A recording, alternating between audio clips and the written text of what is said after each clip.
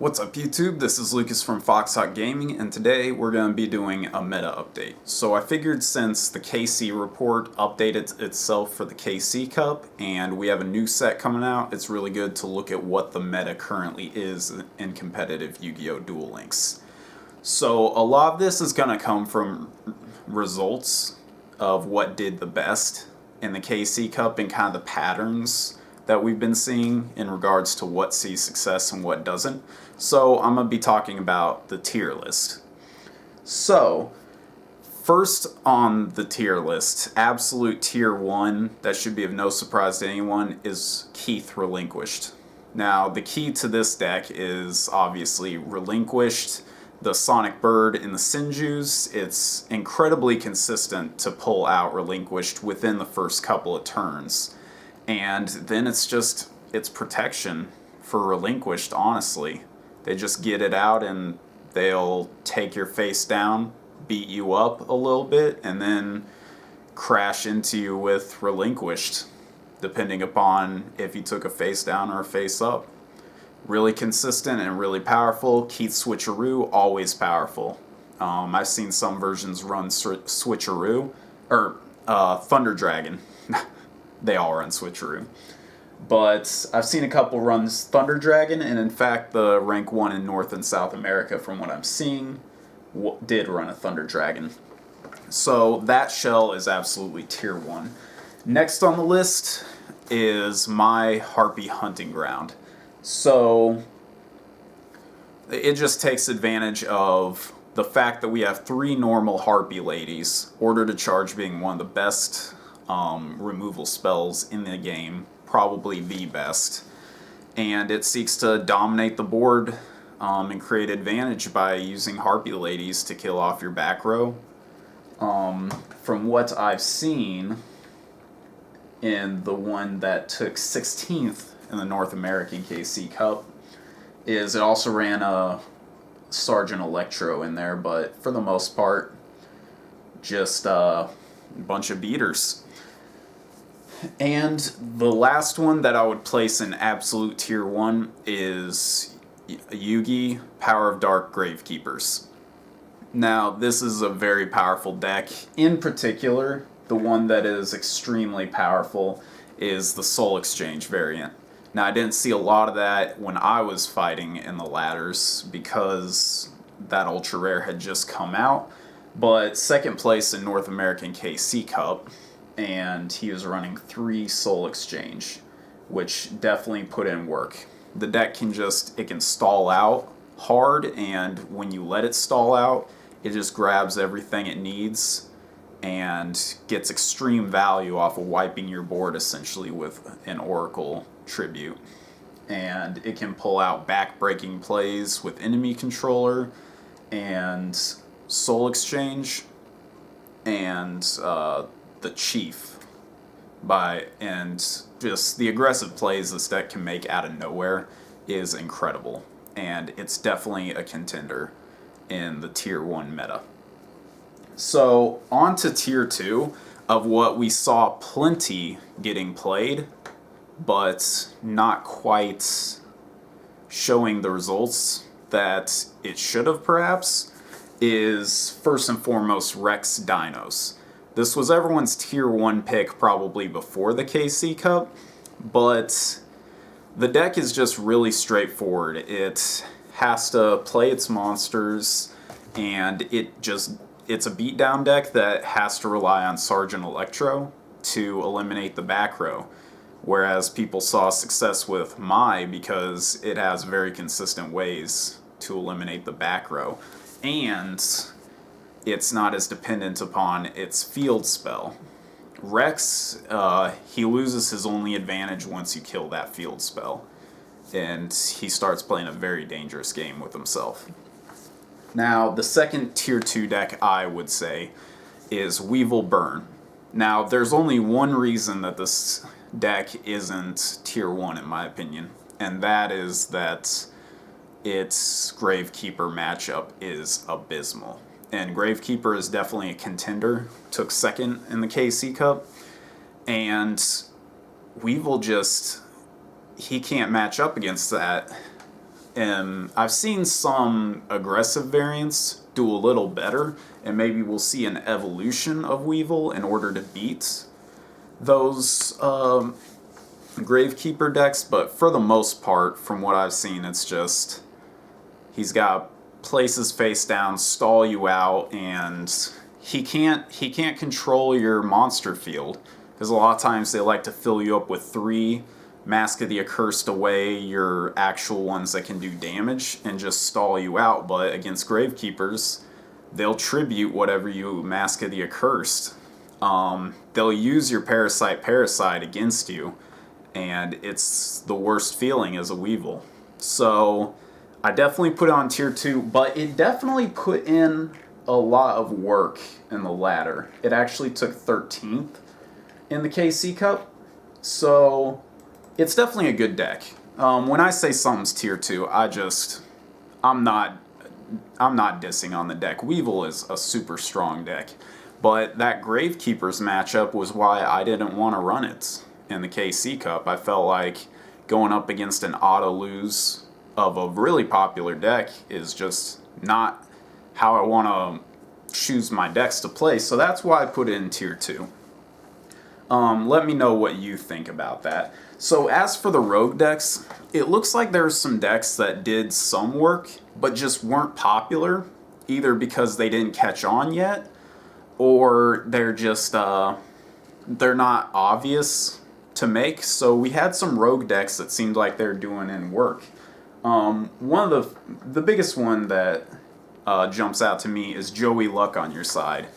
It probably just took by surprise everyone else that went up against it, and it did a couple times to me too, because I was trying to figure out what it was doing, but it was trying to get below 1,000 and then wipe your board with Time Wizard. Now, I don't think it's a bad deck, but the deck has problems whenever you know what it's doing.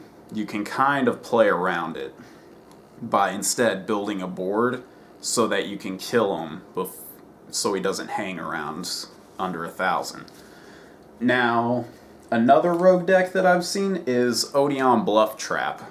This is a really cool deck. It's based around losing some life points, getting the Statue of the Wicked, and sacrificing it away for a Storm back row, and then tributing the card for a monster. So your opponent's left with no back row. You gain some free cards off of that, and you get a something to tribute with. So it looks really interesting to me, honestly. And getting a Mephist out there and just doing a back-breaking play like wiping your back row, tributing Statue of the Wicked, and then Mephist all in a single turn, that is a very dangerous play. I really like the Odeon Bluff Trap deck, but it's not caught on enough that I can assign it a tier yet. So another rogue deck that I've seen is Keith Switcheroo, of course, and it's Clowns and the Statue. Now, Guardian Statue is a very crazy card. Once Guardian Statue gets rolling, your opponent couldn't deal with it in a turn, it just dominates the game. Obviously, it can be played around with by playing a Harpy Lady, so that's a definite strike against it, but still, it's such a powerful card and an underrated one. Look into Statue Guardian if you haven't, and in fact, we can definitely include the Destiny Draw YuGiOh, or Yugi, the Destiny Draw version of the Statue Control. It was also used by the first place in the North American KC Cup, but from what I've understood is that he mostly used Relinquished, because my assumption is that it's just more consistent, it's more powerful. So yeah, we got these Clown and Statue controls that they really kind of throw a wrench in what beatdown decks are trying to do, because the Statue, if you can protect it, it takes over a game completely. So that's a rogue deck to be on the lookout for. I've seen it quite a bit in the KC Cup ladder, but interesting decks. Now, the last rogue deck that I want to talk about, that some might not agree that it's rogue, but I'm not seeing enough numbers in the KC report or on the results list to really talk about it any more than a rogue deck. And that is the Keith Venus decks. Now, if you haven't seen this yet, what it tries to do is it tries to get out of Venus, and it summons its magic balls, and then it uses order to charge enemy controller. What else? The list that made it, that was what it was doing. I've also seen white elephant horn lists with it. So get your free normal monsters, use them to clear your opponent's field, and the deck is honestly crazy when it draws right. I think that's why more people didn't opt to play it or it didn't show more results, is because it has nuts draws. It has unbeatable hands, literally. Like, if they draw right against you, there is very little you can actually do against this deck. But the thing is that it's very dependent upon getting Venus. And I think against more consistent decks like Relinquished, that's a big mark against it. But I do think it's a very potent rogue deck. So, on to the results of the KC Cup. So that's the ladder, essentially, of how I view the tier list. Now, the top used cards for the 10 to 12 star bracket. The first one is Sphere Karibo, which should be of no surprise. It's a hand trap. It alters battle position, which is really important right now. Should be no surprise. Jerry Beans, he's 1750, which is the highest you can get without going into ultra rares, which not a lot of people had the do names at the time, but I think that was still 11th. No surprise. Sergeant Electro is third. It's back row control for any deck. Any deck can run it. You don't have to be Mai, but a lot of Mai's did opt to run it as well, so powerful card. 4-star Ladybug, of course, saw a lot of play.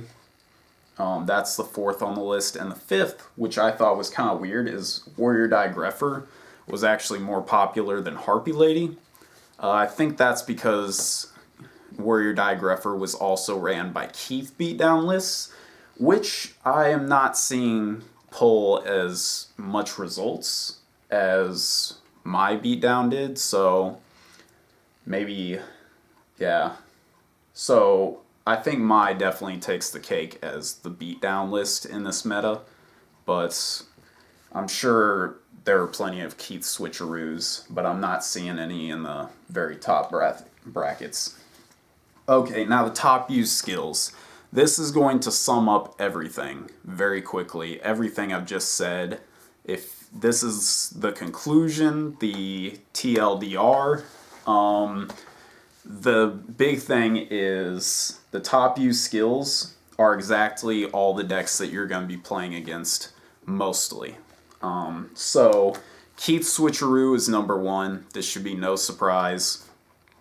It's just a powerful skill. The Thunder Dragon combo is absolutely nuts.